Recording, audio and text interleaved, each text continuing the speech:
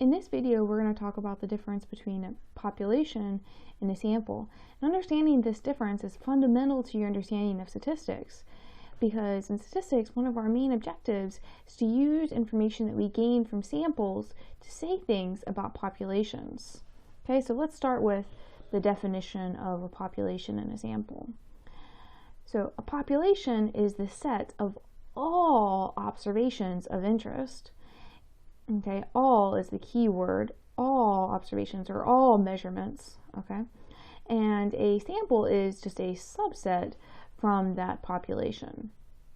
So if I were to draw this out, say for example, we're interested in the income of all Americans, okay?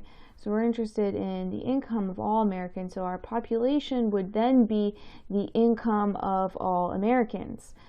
Of course, can't ask every American how much they make. That would take a really long time. There's lots and lots of Americans out there.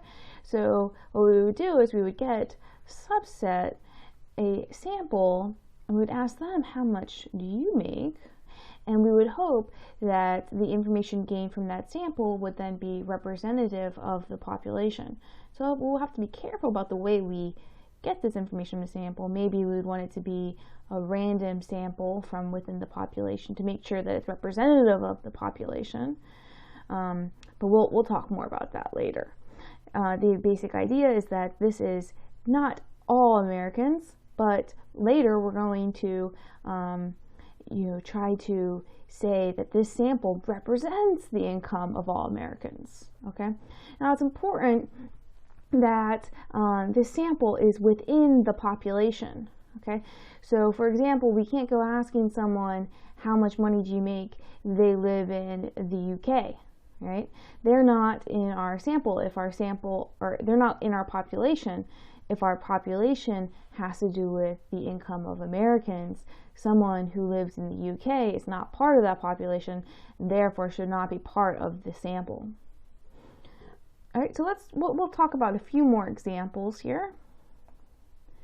So say we're interested in conducting a poll to predict who will win an election. Okay, so since I'm an American, we'll say that this is an election in America. Okay, so this is an American election.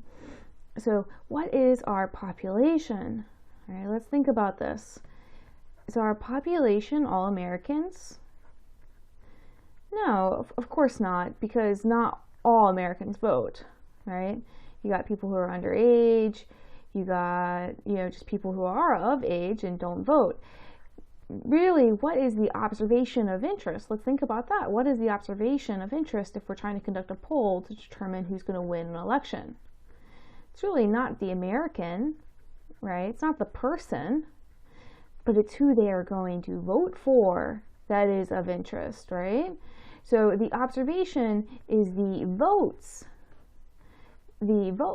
And so then the population will be all votes that are cast on election day, right?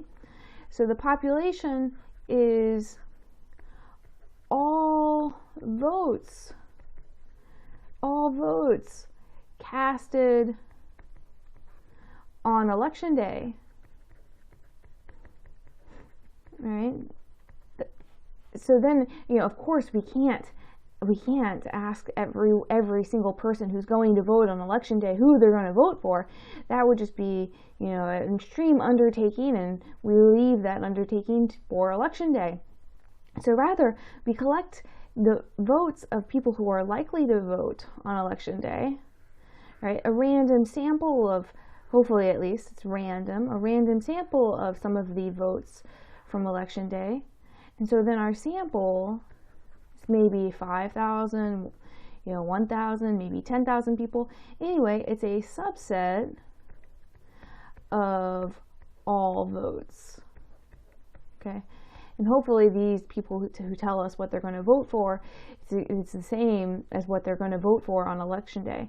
So a subset of all votes, that will be casted on election day. All right, let's do one more example. Okay, so say we're interested in testing soil on a farm determine the pH level. Okay, so say we have here big farm, all right, and what is our population? Let's think this through. What is our population? Okay, so we have lots of soil on this farm, lots and lots of soil. Every little square inch of soil has a pH level, right? The pH level may not be consistent all the way throughout the farm. Rather, it may be higher in some places, lower in other places. It's really important to know the pH level because pH level is going to tell the farmer what's the best crop to be growing. All right, or what's going to have a hard time growing there, and what's going to thrive. Okay, so pH level is super important on a farm.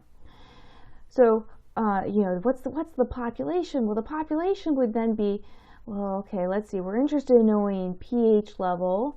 So the population then would be all pH levels, right? All pH levels for all the soil on the farm. Okay. So that's going to be the population, all pH levels for all soil on the farm. All right. Now we can't collect every square inch of soil and test the pH level. That would just be an extreme undertaking, and we can't do it.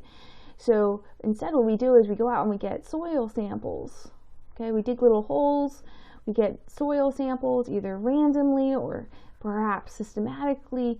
We pick spots that we're going to dig and we sample the soil. Okay, and then from each of these samples we measure the pH level. Okay, so now our sample is a subset of pH levels